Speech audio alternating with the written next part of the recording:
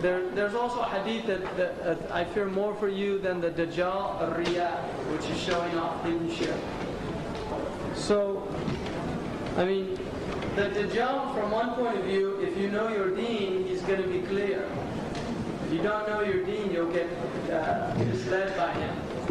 And some aspects of the Dajjal that are important is that the Prophet ﷺ said if the Dajjal came today, the children of Medina would chase him out with their sandals. Ibn Abbas. And the Prophet ﷺ said if he came today, that he would not be a problem, because his ummah, they were all knowledgeable. And towards the end of time, one of the things that I didn't mention that I wanted to was ilm. Knowledge is taken away.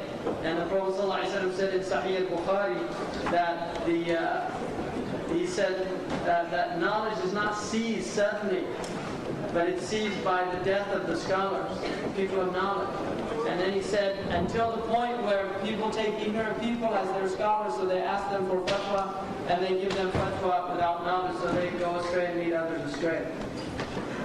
The facts presented so far disheartening for me. What is the most effective thing to do? They are disheartening. On the other hand, and the time went so quick that I didn't really get to where I wanted to go. But they get what's happening right now, I think, is that we're being prepared for some major events. And I didn't get to those. I wanted to get to the signs that haven't come yet. And one of the signs that hasn't come yet is the Mahdi. And the Prophet ﷺ, the Mahdi is mutawatir ma'nawi. The coming of the Mahdi is mutawatir. And there will be a Muslim leader who is going to, he'll first take the Arabian Peninsula, and then he'll take Persia, and then he'll take Constantinople.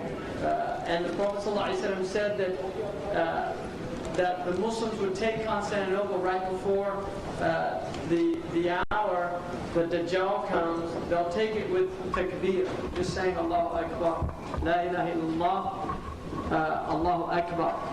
And to me that's an indication that they're already Muslims. They just need to be reminded.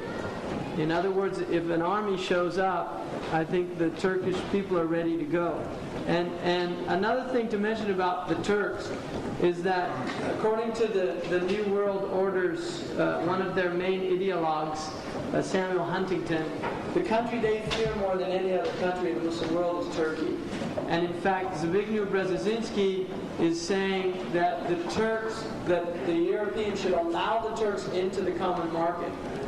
They're pushing for that because they think that in a sense if they give them these crumbs of Europe, that they'll forget about their Islam. And so they're actually very worried about what they call a core state. They say that the West has core states. They have England and Germany are their core states right now, and France and England. And they say that the Muslims have no core state. They don't have a core state that represents their civilization. And they're not really worried about Saudi Arabia because it just doesn't have what it takes to be a core state in terms of military power, population, historical precedent, and many other things. Whereas Turkey does. It has all of the qualities. So they're actually very worried about Turkey. And this is why they're coming down hard. And the government, the military in Turkey has been the bastion of secularism. And in recent years there's been a really awakening amongst the Turkish people towards their roots and their greatness, because it's their natural greatness. So, and the same is true of Egypt, with the exception that Egypt is such an impoverished state right now. But they're very fearful of Egypt also. Egypt is the population of Egypt is massive. It's a highly educated country, but it doesn't have the military nor the economic resources. Some people say there's no ijtihad on the issue of re-establishing the Khilafah. Is this true? Reality never existed during the classical era, and so there's no ijtihad from our imams of the past. The Khilafah is a fard kifaya. It's supposed to be fulfilled. Although unlike other fard kifaya, the ulama say that it's not an incumbent on every individual Muslim when it's not being fulfilled. that's Al-Mawardi's opinion, and it's the opinion of the Maliki scholars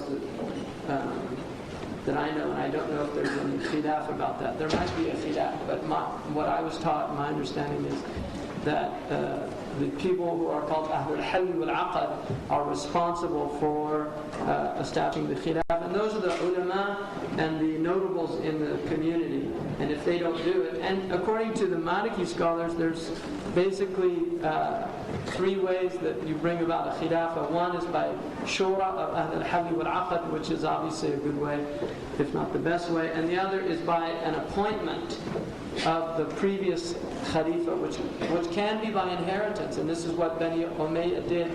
Muawiyah radiallahu anhu, he took it from a Khilafah ala minhaj al-Nubuwwah, which was that Allah would allow the Khalifa to emerge like Abu Bakr radiallahu anhu without a special appointment, only with ishara, and he made his son Yazid Khalifa, and he did it as an ijtihad. I mean, his intention was good. That's our opinion. That's the Sunni position. But the point being, and then the other type is what they call mutaghallib, who is somebody who takes a sword and says, anybody goes against me, I'll chop their head off. And the Muslims are, unfortunately, in that type of condition. If it does happen, they are commanded to sama' wa ta'a. Because fighting, if he really does have power, to fight him would result in a greater fitna, which is killing Muslims, which should be avoided, in any situation, unless it's al-fi'ah al-baghiyah, وَقَاتِلُوا الَّتِي تَبْغِي حَتَّى تَفِيَ إِلَىٰ أَمْرِ اللَّهِ. Imam Mahdi will appear during Ramadan, where a moon sun eclipse occurred in the same month. Its research indicates this in the year 2004. There are some hadiths that indicate that nobody can say for sure. You can't give any dates. Anybody gives you any dates, we just can't take them. Imam Suyuti said that the ajal of the ummah would end sometime in the 15th century. He based it on a hadith that indicates that this ummah lasts, is half of the life of the Jewish ummah, and they lasted 2,000 years, and so the ummah would only last 1,000 years, which is why we had our own millennial fever 400 years ago, because people really thought that it was all coming to an end. And Imam Suyuti, who was born in the 10th century and lived into the 11th century, so he obviously passed the 1,000-year mark, wrote a fatwa called Al-Kish, أن الأمة تتجاوز الألف, insight into the fact that the ummah will last more than 1,000 years, because he actually said, look, we're all alive and it's been over 1,000 years. But what he said is that it only was 1,000 years, but there's a dua of the Prophet in which he said, oh Allah, give my ummah an extra half day. And somebody asked him, how long would that be? And he said, 500 years, because a day with Allah is 1,000 years. And so he said it wouldn't go past 1,500 years, which means we have about 70 years left. And Allah knows best. That's not the Sa'ah, because the Sa'ah comes after the Ummah of the Prophet. The Ummah is finished, and the Sa'ah comes on the worst people. There's no Muslims left. لَمْ يَبْقَ فِي الْأَرْضِ مَنْ يَقُولُ اللَّهُ اللَّهُ. Nobody left on the earth who says Allah, Allah, or La ilaha illallah. So that's not the Sa'ah. And then anyone who claims to be the Mahdi is not the Mahdi. Anyone who says I'm the Mahdi, he's not the Mahdi, because the Mahdi actually doesn't want bay'ah.